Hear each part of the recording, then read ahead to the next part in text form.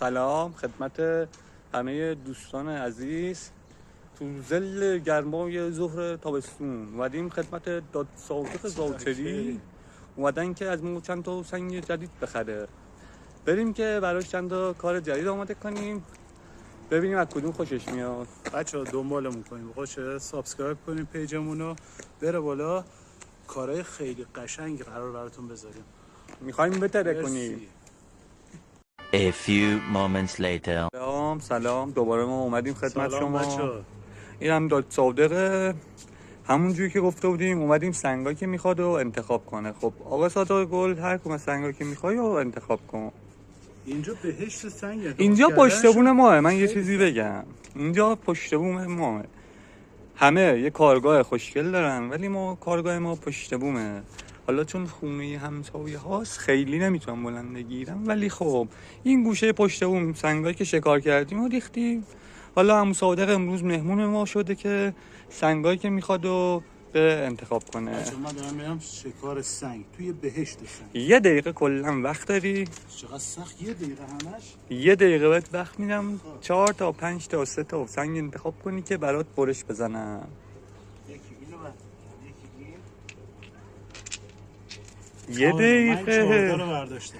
باشه 4 تا زیاده ولی حالا برات برش میزنم، یکیشو تراش میدم. بریم.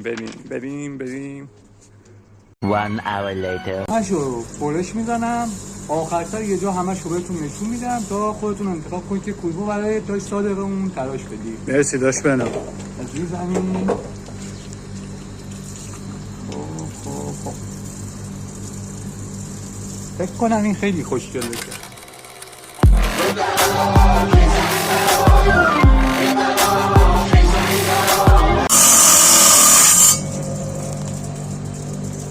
داش بنم تمام شد؟ تموم شد. بابا دمت گرم. خب حالا میرسیم به اینکه ببینیم از 4 تا سنگی که داش صادق انتخاب کرده بود کدومش قشنگ‌تره. بریم ببینیم. اینجا خب صادق جان این آخریه بود.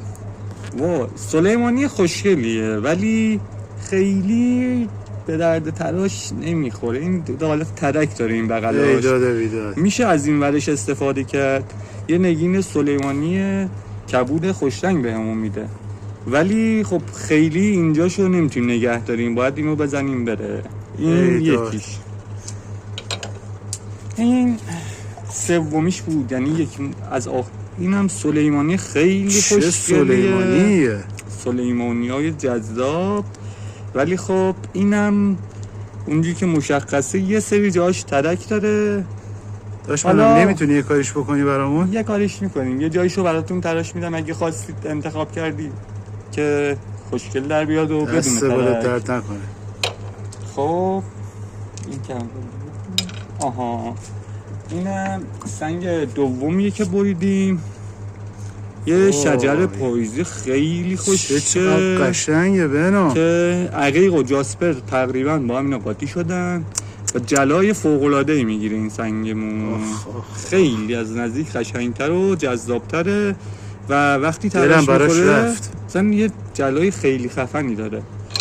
نگین اولی که برش زدیم اینم یه جاسپر خیلی خفنه، نارنجی‌های ناز این گوشش داره. اینم به عنوان شجر هم میشه جاسپر بیشتر. اینم نگینش جلای چون خیلی خوبی برمی‌داره این سنگ، خیلی خوشگل میشه.